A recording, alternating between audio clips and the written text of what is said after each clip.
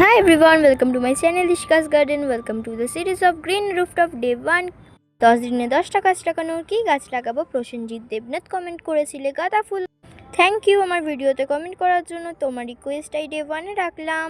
লাগানোর জন্য নিয়েছি এই টবটা, নিয়েছি বাগানের একদম ঝুরঝুরে মাটি, শুকনো গোবর সার, নিয়েছি ভার্মি কম্পোস্ট, আর নিয়েছি একটুকুনি আমার ছাদ বাগানের সেই জিনিসটা, পাতাগুলো আর কি পরে শুকিয়ে সার হয় সেগুলো মিক্সড করে নিলাম। সব জিনিসগুলোকে একসাথে মিক্সড করে নেওয়ার পরে আমি টবটার নিচের মধ্যে দিয়ে দিচ্ছি কিছু পাথর, কারণ যাতে ড্রেনিং সিস্টেম থেকে সব জল না বেরিয়ে যায় তার জন্য নিচে দিয়ে দিচ্ছি পাথর।